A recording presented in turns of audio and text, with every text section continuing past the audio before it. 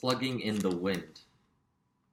In the Oklahoma Panhandle, one entrepreneur saw a future filled by cheap and clean energy, but there was a giant snag.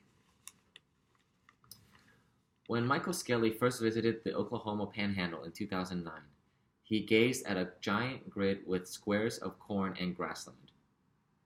There were few houses, one every mile or so. Half had been abandoned decades ago by homesteaders who gave up to the elements. This pancake flat landscape, he thought, held the key to overturning one of the greatest misconceptions of the climate change crisis. For years, the wind and sun were widely dismissed as niche sources of power that could never fill America's vast need for energy. But now the cost of solar and wind power has fallen so much that the U.S. could substantially reduce harmful emissions while also lowering the price of electricity. Put it all on a big enough grid, one that could use the ample sunshine from the desert southwest to keep Atlanta's office towers cool, or the persistent wind in the giant plains to run Midwestern factories. And you'd address the often repeated critique of renewable energy. The sun isn't always shining, the wind isn't always blowing. On a big enough grid, that's not an issue.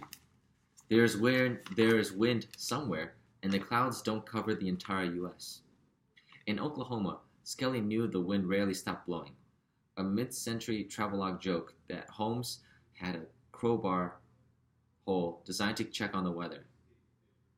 You shove a crowbar through a hole. If it bends, the wind velocity outside is normal. If the bar breaks off, it is better to stay in the house. You could build renewable energy here, he thought, on a scale that could change the country and maybe even the planet. There was a snag, and it was a big one. We have 21st century technology to produce the power,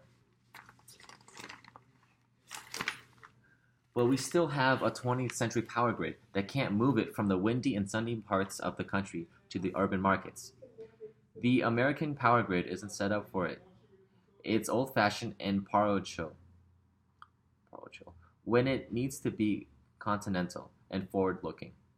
It's like the nation's roads before President Dwight D. Eisenhower championed the construction of the interstate highway system 7 decades ago. Like Eisenhower, Skelly had a plan. He wanted to begin building a new power grid that could carry inexpensive renewable electricity from places such as the Oklahoma Panhandle to the east and west. An electric superhighway that would save customers money while reducing pollution and carbon emissions. An interstate system for electrons. Skelly had a history of getting things done. When he was in the Peace Corps in Costa Rica in the mid-1980s, he helped set up a microcredit program to let fishermen develop new markets for their catch. One lesson Skelly took from the project was the importance and influence of money.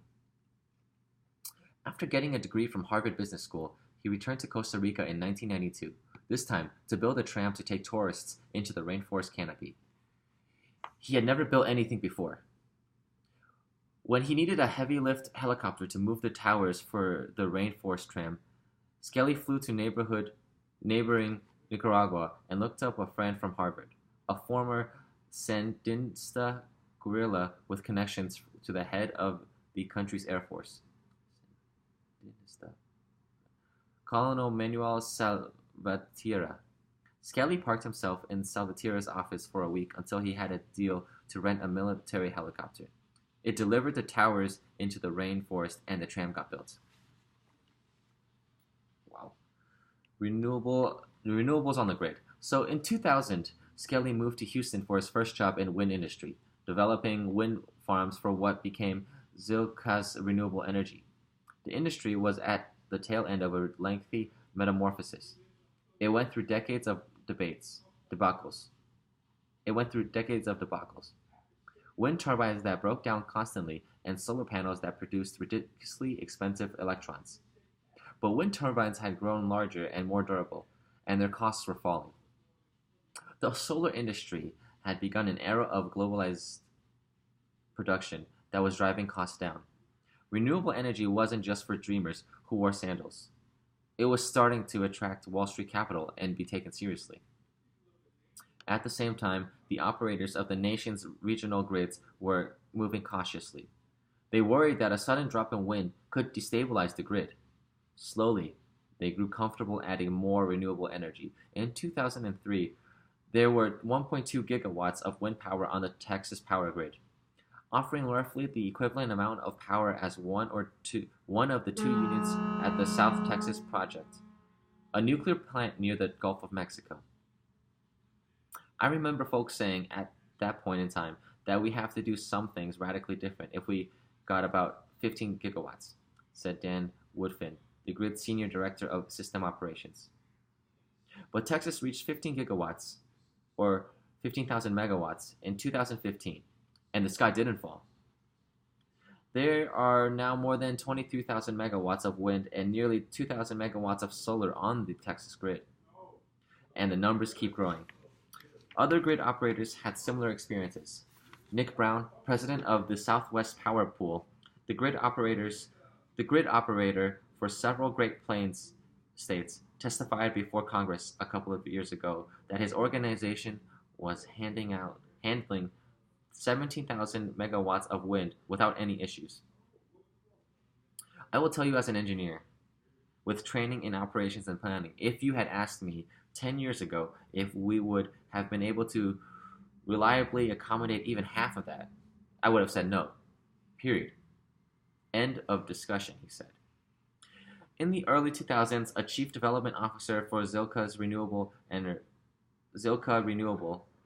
Skelly, helped plan and build wind farms from New York to Washington State. Zilka Renewable grew quickly. In 2005, it was bought by Goldman Sachs, which sold it a couple of years later to Energias de Portugal SA for $2.15 billion, a handsome profit. It became clear that there was no shortage of wind, and that it was the grid that was the barrier to the dream of alternative energy. There was plenty of wind in the Great Plains and solar in the southwest U.S., but that's not where demand for power was located. The power needed to be moved from one part of the country to another.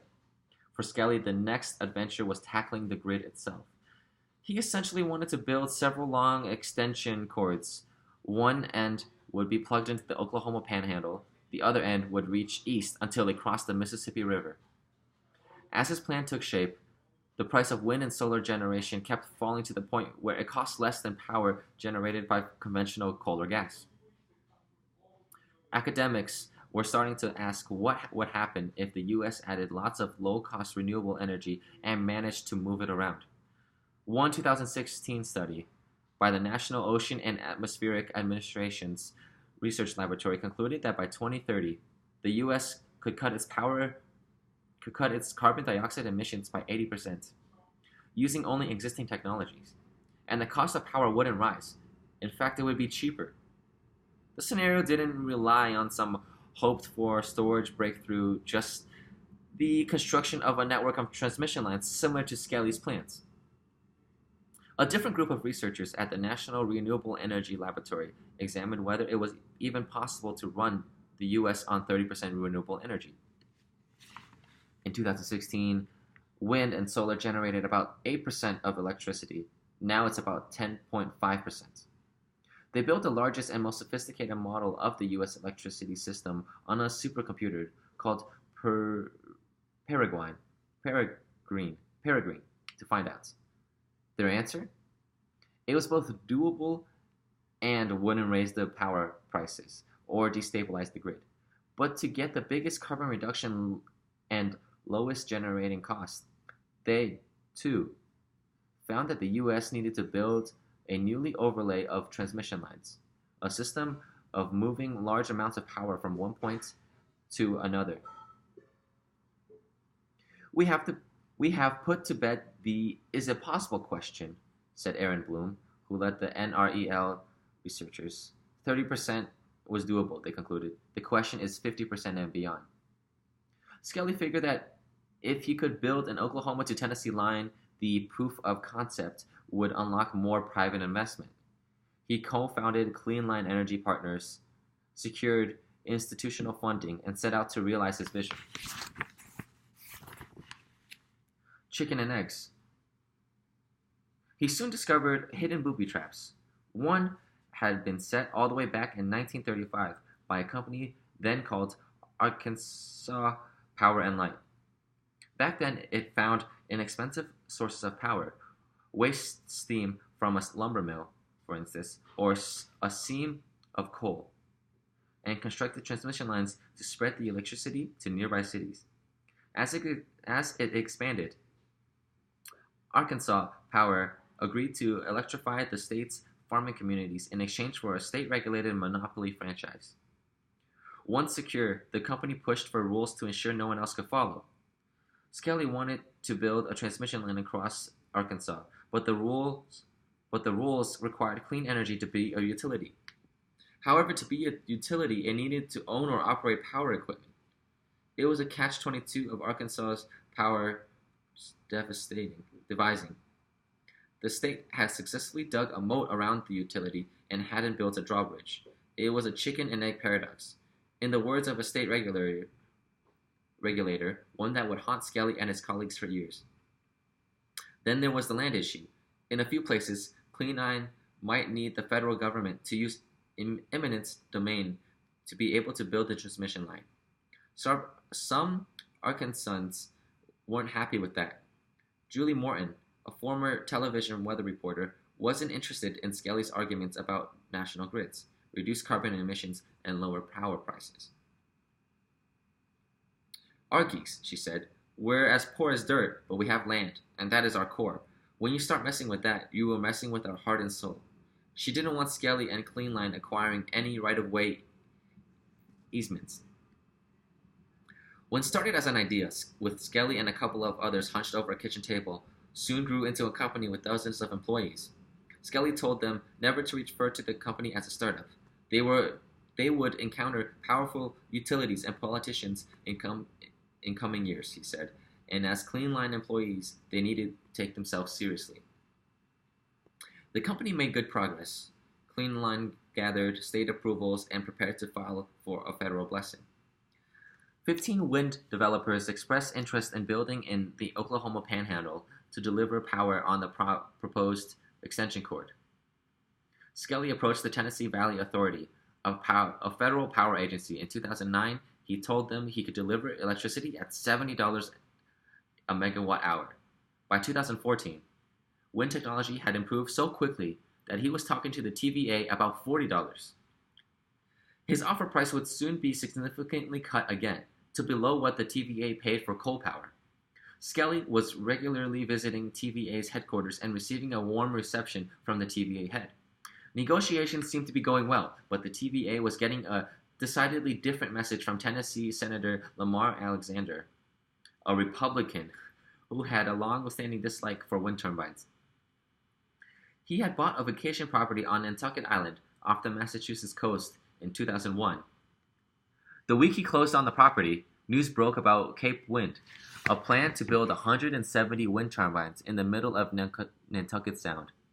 A year later, after being elected to the U.S. Senate, he introduced a bill that would make life difficult for offshore wind developers.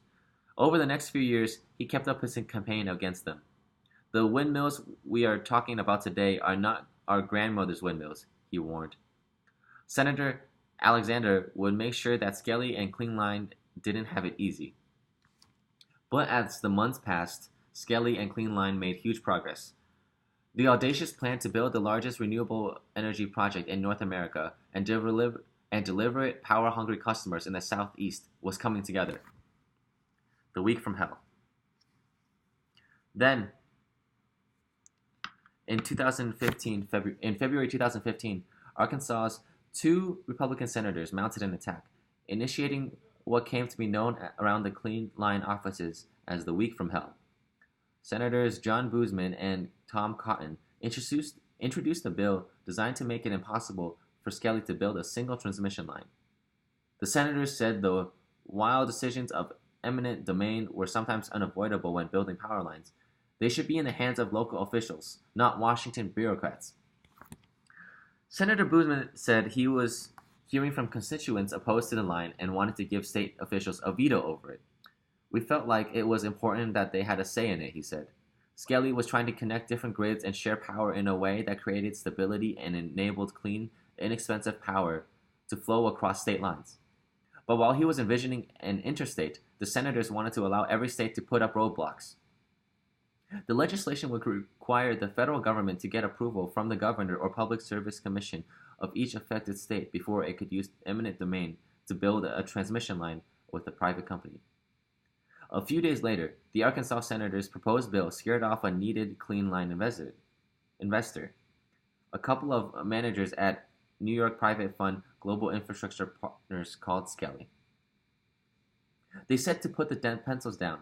We are done. This isn't going to work out, Skelly said. Investors hate regulatory risk, and we served up a plate full that week.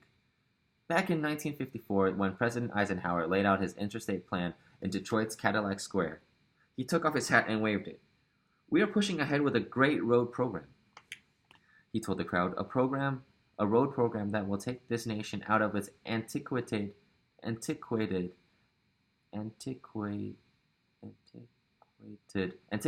shackles of secondary roads all over this country and give us the types of highways that we need. Within a few years, cars and trucks zipped without stop from state to state. For Michael Skelly, it wouldn't quite turn out that way. He wasn't the president. He just had a big, bold idea. It was the type of infrastructure project that the U.S. struggles with, even when privately financed. Along the way, he found that the obstacles to a cleaner, cheaper electricity future had more to do with politics than technological limits. With 3 senators speaking out against it, the project had a whiff that repelled investors. Another setback came in Missouri, where regulators blocked needed approvals to proceed with a separate transmission line there. But then a major victory in Washington. The Energy Department decided to participate in the project after years of deliberation. Skelly expected to come to terms with landlords for at least 95 of the parcels. Eminent domain would require for the rest. If he had been building a natural gas pipeline, he would have finished the process in a matter of months. He still needed the TVA to buy a portion of his wind power. Cleanline offered a 20-year deal at record low prices. Bill Johnson, then the TVA's president, didn't show the deal to his board and said TVA's analysis showed that Cleanline didn't save the utility any money over the proposed contract. He declined to make the analysis available. And in the end, tantalizingly close to being built, Skelly's project stalled. In late 2017, Cleanline agreed to sell the Oklahoma portion of its project to Florida utility and power developer NextEra Energy. Other buyers snapped up other projects which looked likely to be built. The company Skelly had helped build would be stripped for parts like a car in a junkyard. His vision of a supergrid of direct current power lines zipping cheap energy around had faltered. Someone else would have to carry the project over the finish line. His vision of a supergrid... I just said that. In the months after the company folded, Skelly talked to various people around what he would do next. I am feeling a little heartbroken, he said.